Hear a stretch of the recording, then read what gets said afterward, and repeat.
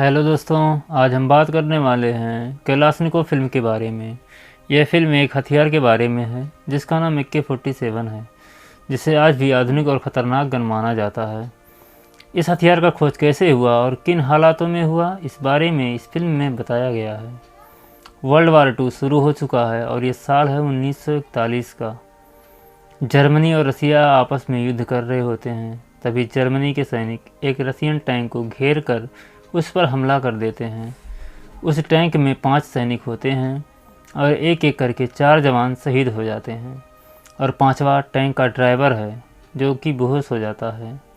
और जब वो अपनी आंखें खोलता है तो अपने आप को एक अस्पताल में पाता है।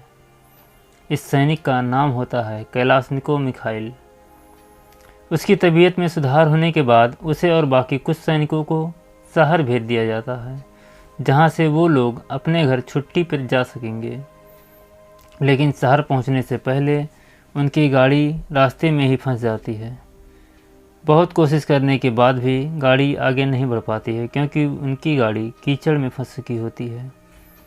अब उनमें से 2 सैनिक पास के गांव में मदद के लिए आदमी ढूंढने के लिए जाते हैं, जिनमें से एक मिखाइल और दूसरा उनका कमांडर होता है। मिखाइल कमांडर से उनके बंदूक के बारे में पूछता है और कहता है कि क्या कोई नई मशीन गन है। इस पर कमांडर कहता है कि अभी अभी मिली है, अब पुरानी राइफल्स की जगह यही सबको मिलेंगी। फिर मिखाइल कहता है कि क्या यह लड़ाई में भरोसेमंद हैं। फिर कमांडर कहता है कि शायद मुझे जल्द ही सरहद पर भेज देंगे, तभी बता पाऊँगा कि कितना भरोसेमंद है। दरअसल उन्हें यह गन ट्रायल के लिए मिला था, उसे युद्ध में इस्तेमाल करने की परमिशन नहीं मिली थी। कमांडर मिखाइल को एक छोटी गन देता है और आगे बढ़ जाता है। जब ये दोनों एक घर के पास पहुंचते हैं तो वहां पर पहले से ही 3 जर्मन सैनिक मौजूद होते हैं, जिनमें से 2 जर्मन सैनिक को कमांडर मार देता है और तीसरे सैनिक को मारते समय कमांडर की मशीन गन अटक जाती है और जर्मन कमांडर को गोली मार देता है और मिखाइल अपनी छोटी गन से तीसरे जर्मन को मार गिराता है। फिर वो लोग वहाँ से एक आदमी और घोड़े के लेकर आते हैं और गाड़ी को कीचड़ से बाहर निकालकर आगे बढ़ते हैं। रास्ते में मिखाइल गन को चेक करता है तो उसे पता चलता है कि गन के अंदर कुछ पानी की बूंदें चली गई थीं, जिसकी वजह से गन जाम हो गई थी। और मिखाइल को अपना बचपन याद आ जाता है। दरअसल मिखाइल बचपन से ही गन बनाने का शौकीन होता है और वह एक गन बनाने की कोशिश हमेशा करता है। अब शहर पहुंचकर मिखाइल ट्रेन में बैठकर अपने गांव जाने के लिए रवाना हो जाता है, जिस ट्रेन में उसके जैसे कई जवान और भी मौजूद थे।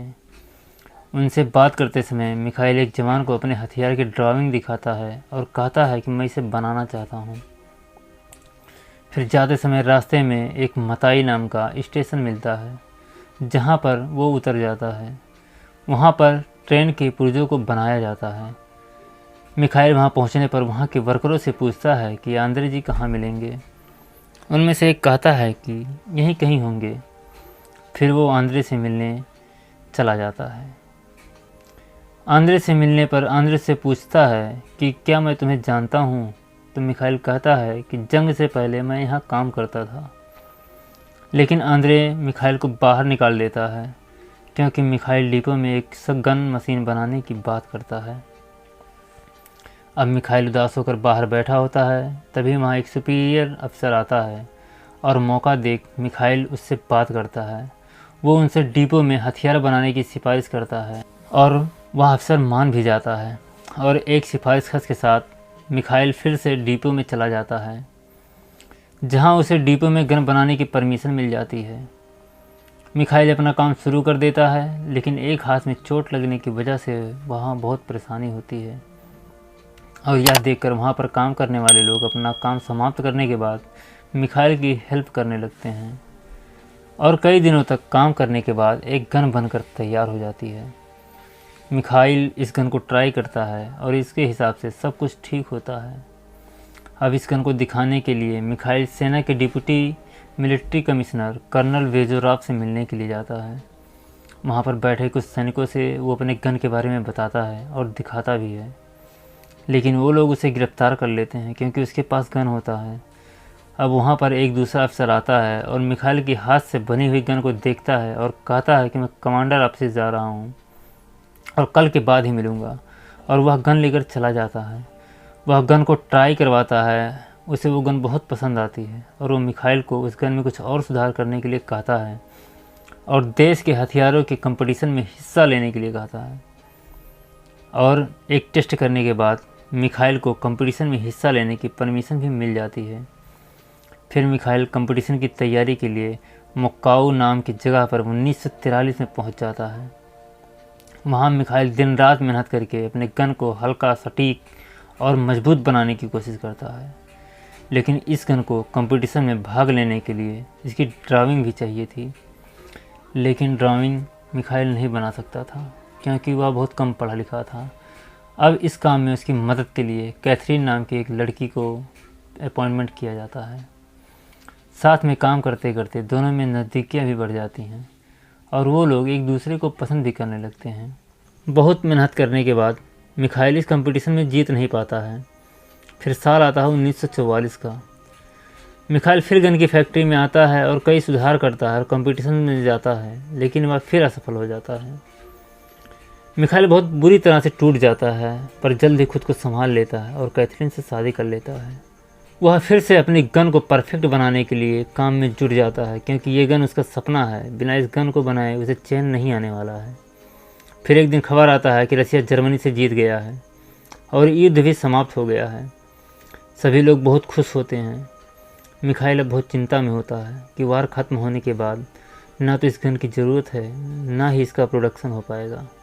और इस सवाल को लेकर मिखाइल अपने सुप्रीम कमांडर के पास जाता है, जहां कमांडर उससे कहता है कि हमारे देश को आधुनिक हथियारों की ज़रूरत है, इसलिए तुम अपना काम जारी रखो। यह बात सुनकर मिखाइल बहुत खुश होता है और वापस अपने काम पर नए जोश के साथ लौटता है। फिर साल आता है 1947 का और मिखाइल को फिर से हथियारों के कंपटीशन में हिस्सा लेने का मौका मिलता है और मिखाइल इस काम में जुट जाता है। इस बार मिखाइल अपने गन को लेकर बहुत कॉन्फिडेंट होता है क्योंकि इस गन को बनाने में 7 साल बीत चुके होते हैं। इन 7 सालों में बहुत से सुधार करने के बाद ये गन बहुत ही लाजवाब बन चुकी होती है। जंग के मैदान में घायल होने के बाद भी मिखाइल इस गन को बनाने में जुट गया था और अब तक वह अपने गांव और घर नहीं गया था क्योंकि इस गन को पूरा बनाना उसका सपना था और ये सपना अभी पूरा नहीं हुआ था। वह हर साल अपनी माँ को केवल खत लिख पाता था, लेकिन 7 सालों में वह अपने घर नहीं जा पाया था और आखिरकार ऐसा लग रहा है कि इस बार उसकी गन पूरी तरह से कामयाब भी होगी। शुरुआती दिनों में गन को लेकर बहुत से लोग उसका मजाक उड़ाते थे क्योंकि उन्हें लगता था कि अनपढ़ गंवार लड़का थोड़ी ना कोई गन बना पाएगा। जब मिखाइल की गन बनकर तैयार हो जाती है तो वह ट्रायल के लिए जाता है, लेकिन उसे ट्रायल नहीं किया जाने देता है क्योंकि वहाँ पर किसी दूसरे का गन ट्रायल हो रहा था। लेकिन मिखाइल बहुत एक्साइटेड था गन ट्रायल करने के लिए, इसलिए वह बाहर ही खुले में गन का ट्रायल करने लगता है और बिना परमिशन खुले में ही गन ट्रायल करने के लिए उसे पकड़कर डॉक्टरॉफ के पास ले जाते हैं, जो कि वो भी एक गन उसी फैक्ट्री में बनाता है कंपटीशन के लिए। लेकिन मिखाइल की गन को देखने के बाद वह समझ जाता है कि इस गन के सामने उसकी गन बेकार है और वह अपनी गन कंपटीशन में पेश नहीं करना चाहता है। फिर वो दिन आता है जब मिखाइल की गन को ट्रायल किया जाना है और सभी लोगों के बनाए हुए गन को पानी और मिट्टी में डालने के बाद जब ट्रायल किया जाता है तो वो फंस जाती हैं।